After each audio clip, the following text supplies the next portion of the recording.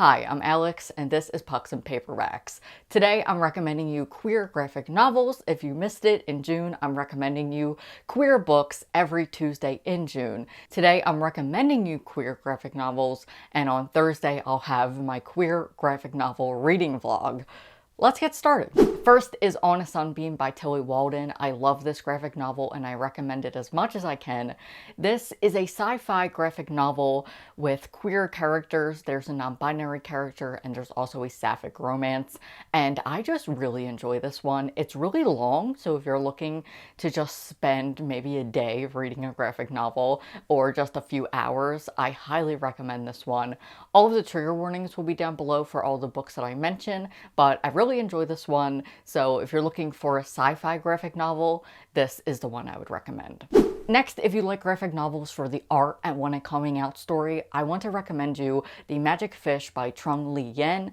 This is so beautiful. This is about a young Vietnamese American boy who wants to come out to his parents, but they are struggling to learn English, and so he teaches them English through fairy tales, and he tries to come out to them through fairy tales, and it is just such a beautiful book. I sobbed, and this is just such a beautiful coming out story, and if you haven't picked it up already, this is your sign. If you're looking for a paranormal graphic novel with a full queer cast, I have to recommend Mooncakes by Suzanne and Wendy.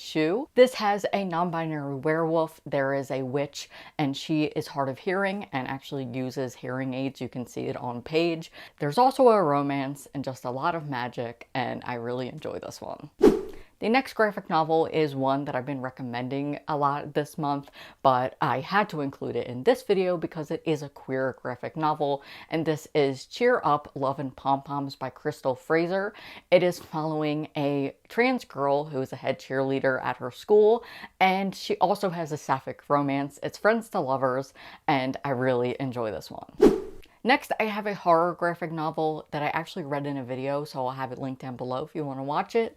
This is The Low Low Woods by Carmen, Machado, and Dani. This is about two best friends, Elle and Octavia, and in their town, shudder to think, Pennsylvania, a mysterious illness is going around town, and when they're in a movie theater, they happen to get it, and it eats away at your memories, and it is just such a fantastic book. I really enjoyed it, but do look out for the trigger warnings because it is a heavy one, but I really enjoyed this one. I love Carmen Machado, so if you do as well, pick this one up. If you would like more books with trans femme representation, I have to recommend Stage Dreams by Melanie Gilman. This is a Western following a trans woman and a Latinx outlaw, and there's a romance. I enjoyed this one. It was really fun. So if you're looking for more Westerns with trans rep, this is the one I would recommend. Next, I want to recommend one of my favorite graphic memoirs, Honor Girl by Maggie Thrash. This is all about Maggie coming out and coming into her sexuality as she attends this conservative all-girls summer camp. I just really enjoyed this one and I think it's awesome. Next is Bloom by Kevin Pandetta. I really enjoyed this one. It is about a boy who works at his parents' bakery, but he doesn't want to. He wants to pursue his dreams of being in a band and being a musician, but his parents don't advise him to do that. So for the summer, he's stuck working at his parents' bakery until they hire another baker, and basically a romance blooms. There's a sequel coming out to this and I'm really excited, so get on this before the sequel comes out. I really enjoy it. It's a really good graphic novel just about coming of age and just trying to figure out your future, but also has a really sweet romance. Next, I couldn't do this video without recommending one of my favorite authors and artists, Mariko Tamaki. This is Laura Dean Keeps Breaking Up With Me by Mariko Tamaki and Rosemary Valerio O'Connor. And I really enjoy this one. And I'm really glad that it's getting a lot of hype on Book Talk and all because it's a hidden gem. It's really good. It is about a girl who is in a toxic queer relationship. And that's really important to talk about and discuss. So if you can read something like that, I recommend this, but do look out for the trigger warnings because this is also a heavy one, but it's really good. And the final recommendation I have is Snapdragon by Kat Leith. This is so good.